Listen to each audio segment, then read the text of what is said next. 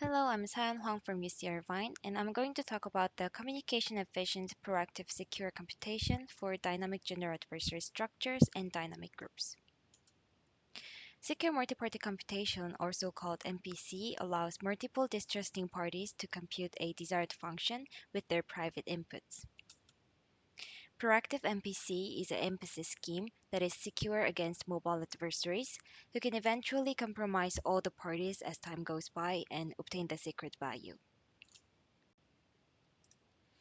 There are several other underlying primitives used in MPC, but we'll focus on the secret sharing-based MPCs.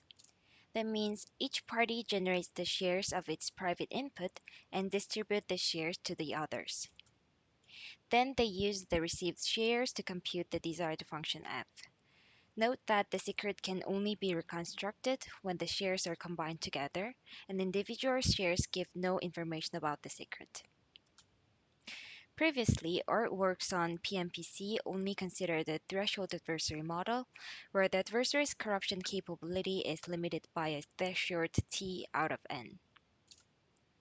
For example, 3 out of 7 secret sharing scheme is secure until the adversary corrupts up to 3 parties out of 7 parties, but if more than 3 parties are corrupted, then the adversary obtains the secret. However, the adversary's corruption patterns can be specified more generally by a so-called general adversary structure. General adversary structure defines an adversary's corruption capability with a set of corruption scenarios. That means a trusted third party defines GAS, which consists of these three structures. The access structure defines which set of parties can obtain the secret value with their shares, and the secrecy structure defines which set of parties cannot get any information about the secret, even though they combine their all holding shares. The adversary structure, which is a subset of the secrecy structure, defines which set of parties can be corrupted by an adversary at the same time. So what we did is to construct a structure-adaptive proactive MPC on dynamic GAS, which means the protocol can adapt to the dynamically changing groups in GAS. One possible application example of using GAS is the DevOps, which is a commonly used managing methodology of large network systems like public clouds, private clouds, and the computer infrastructure of companies. There are some specialists who manage these DevOps systems, especially called SRE in Google. These specialists can decide the GAS while managing the configuration and notify this to the servers through a secure CNC server to reconfigure their distributed data according to some protocol. Also, to increase the challenges to the potential adversaries, moving target defense strategy adds system changes. For implementing that, these specialists need some ways to rearrange the network of servers in a different setting. And that is why we should consider the dynamic settings. So, to construct a structure-adaptive PMPC for the dynamic GAS settings, we first propose a way to make two different MPC schemes on GIS to be proactive secure and make it work also on the dynamic groups, which is participating parties can leave or newly join in anytime. And then, to be structure adaptive and communication efficient, we suggest shared conversion protocols between these two different MPC schemes. Normally, MPC consists of the following four protocols. Share is to generate and distribute the share of the secret, and reconstruct is to reconstruct the secret using its shares. Add and multiply is for addition and multiplication for computation.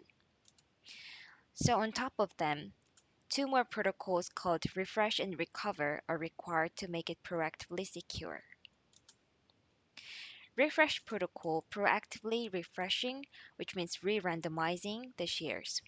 Since the mobile adversary cannot corrupt all the parties at the same time, refreshing shares can prevent him from corrupting all the parties. Recover protocol randomly selects some parties and reboot them to the initial states and make them recover their shares with the others' help. So in our work, we made two MPC schemes on GIS to be proactive MPC by building up these two protocols. I'll only cover the MSP-based PMPC during this talk. So let's see how MSP-based MPC works with a simple example. Let's say there are three parties participating. A monotone span program includes a matrix and an indexing function, and the indexing function assigns the rows of the matrix to the parties. To share a secret S, first the party who has an input S generates a vector of size 4, which is the number of columns of the matrix, and this vector consists of the secret S and the three random numbers generated by this party. Then the party multiplies it to the matrix M and gives each rows to the parties according to the indexing function. These vectors are the MSP-based shares of the secret S. To reconstruct the secret, let's say P2 and P3 are allowed to reconstruct the secret by GIS. Then they forward their shares to each other and reform the vector according to the indexing function. Then they can get the secret value back by doing the inner product with this 110 vector. This 110 vector can be easily computed by solving this linear system that becomes a fixed target vector A. Therefore, these four values decides a monotone span program, and for any monotone span programs that represent a GAS, any set of parties in the access structure can easily compute this such vector lambda that reconstructs the secret. The key property of this MSP-based MPC is the linearity property. That is, when two secrets S and S prime are shared with the MSP-based MPC, then the addition of two sharings becomes a sharing of S plus S prime, since they're using the same matrix and the indexing function, and the summation of two random numbers is another random number. For simplifying, let's denote a sharing of a secret with brackets like this. So now, let's see how refresh and recover protocol work.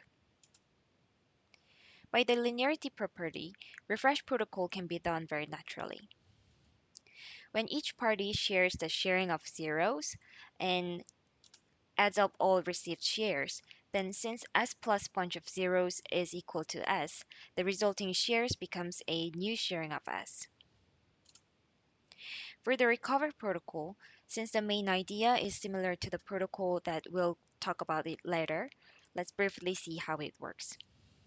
When we say P is the entire set of parties and R is the set of rebooted parties, the remaining parties T are holding the sharing of S. To recover the shares, the entire parties generate a sharing of a random number and blind the secret value with these shares. Then a blinded secret value R prime, which is R plus S, are shared, and then deblind the random number to get a new sharing of the same secret S. For doing that, we use our subprotocol called share random to share a sharing of a random number without revealing the random number. And another subprotocol called RobustReshare to share only one sharing of the blinded secret value from partisan T to partisan R, but I'll cover it later in this talk. So we briefly saw how MSP-based PMPC works, and now let's see how it can be worked on dynamic groups. In dynamic groups, participating parties can leave or newly join in any time. However, the leaving parties should not be able to use their shares to get any information about the secret, and also the newly joined parties should get the shares that can reconstruct the same secret. And naturally, as group changes, the GAS should be also changed. This can be done by the protocol called Redistribute that literally redistribute a new sharing of the same secret to the new group. So by adding this protocol, the PMPC now works on the dynamic groups as well. Note that there were only a few previous works considering the dynamic groups. Since we're going to use our subprotocols in this protocol as well, let's see them first. For share random protocol, what we want is to generate a sharing of a random number r, but not to reveal the value of r to anyone. The input of the protocol can be a static group or dynamic groups.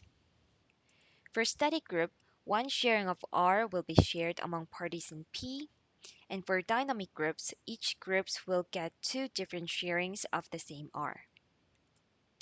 The idea is actually very simple. If everyone generates a random number and shares it according to each GAS, then each party can get a sharing of new random number by adding up all the received shares, because the summation of random numbers is again a random number. Next, for the RobustReshare, the goal of it is to reshare a sharing of R that is known to the parties in P to the parties in P prime, who can reconstruct the secret using their shares. The reason we cannot just let one party generate a sharing of R is that we do not know who is corrupted and who is honest. The main idea of RobustReshare is that everyone who knows the value R shares their R values to the parties in P prime, and the parties in P prime reconstruct these values many times. Then they choose one sharing that is shared by a party who is guaranteed to be honest by the GAS. What does that mean? Well, since the GAS is publicly known, we can define this honest set from the set of all maximal subsets in the adversary structure, and this set consists of subsets of potentially honest parties. To be fair, we do not know who are corrupted by the adversary, but we do know that the adversary can corrupt only one set of parties in the adversary structure at one time. Therefore, there is at least one set of parties in the honest set is guaranteed to be a set of honest parties. If there are multiple such sets, then we can set it as the set with the party who has the lowest ID. And note that at the end of the protocol, as the random value r is also revealed to the parties in P prime, we should use this protocol carefully. That is, it should not be used to share the blinding random number, but the blinded secret value. Now for Redistribute protocol, let's say P is the current group who are holding a sharing of S, and P prime is the new participating group. And at the end of the protocol, we want parties in P prime to get a new sharing of the same secret S. First, all parties in P and P prime generates two sharings of a random number R using the share random protocol. From this step, parties in P get one sharing of R, and the parties in P prime get another sharing of R, and no one knows the value of R. Then parties in P locally compute the shares of R plus S, say X, and reconstruct the value of X together. Then parties in P reshare a new sharing of X, the blinded secret value, to the parties in P prime according to the new GAS using the subprotocol RobustReshare. Finally, the parties in the new group P prime locally compute a new share of S by subtracting the share of R from the share of X. Since the sharing of X was the summation of the sharing of S and the sharing of R, by the linearity property, the resulting share becomes the new share of S. Alright, so we've seen the PMPC scheme working on the dynamic groups. And now let's see the share conversion protocols between the MSP-based PMPC and additive PMPC. But before that, let's see why we need the share convergence. This is because the two MPC schemes that we consider have different components that decide the communication complexities. While MSP-based scheme is based on the size of the MSP, D, which is the number of rows of the matrix M, the additive MPC scheme is based on the size of the basic secrecy structure, which is the set of maximal subsets of secrecy structures. Since the size of MSP can be smaller than or larger than the size of basic secrecy structure, depending on the applying circumstances, these two components are incomparable. And that is why one can be more efficient than the other in some cases, and that is why we need shear conversion protocols. Please refer to our full version of the paper for the details. Therefore, when the GAS is changed, parties need to decide if they're going to use the same scheme or change the scheme to the other. So if they decide to use the same scheme on the different GAS, then they can invoke the Redistribute protocol to adapt to the new GAS. But if they want to convert it to other, then the conversion protocol from MSP-based shares to the additive shares in the opposite direction are required.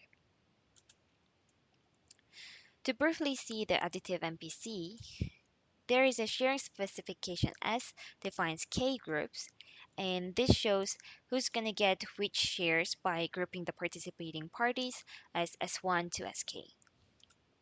For sharing a secret S, K random numbers where their summation becomes the secret value are generated, and each share is given to every party in each group according to the sharing specification.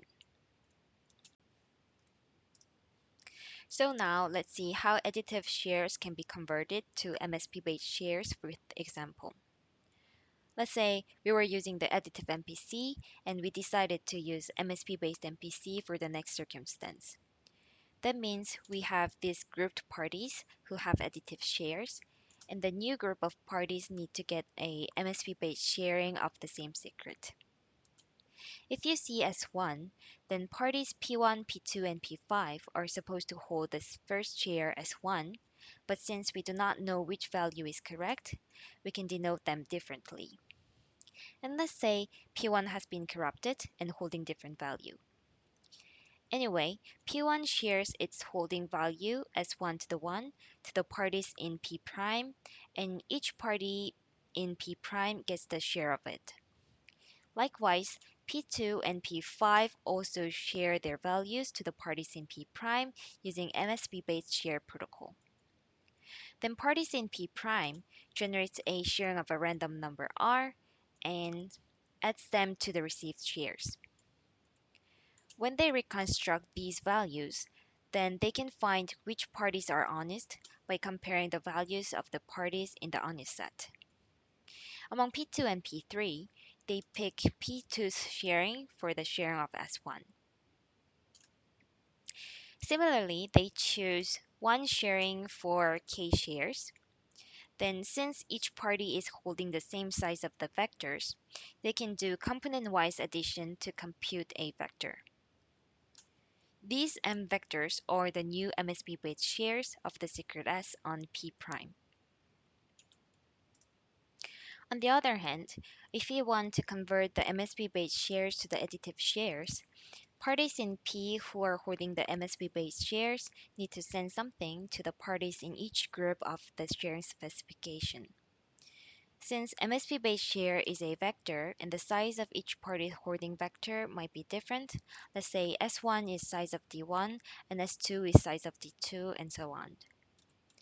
Note that the summation of all these vector size is the number of rows of the matrix M.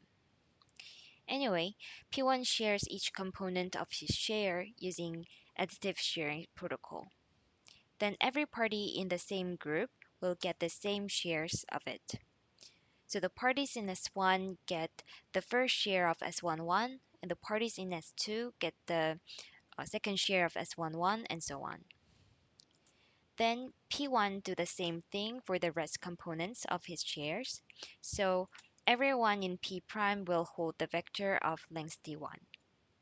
Similarly, the other parties in P share their shares in the same way, so that everyone in P prime gets n vectors. Then parties in P prime reorder these values according to the indexing function and form a vector of size d. And then they do the inner product with lambda, which satisfies this condition from MSP. Then the resulting values becomes additive sharing of S. All right, so in this talk, we've seen how we made MPC scheme on GIS to be proactively secure by adding two protocols, refresh and recover, and how it can be worked on dynamic groups by adding Redistribute protocol. And we also saw the share conversion protocols between the MSP-based shares and the additive shares. And that's the end of the talk. Thanks for listening.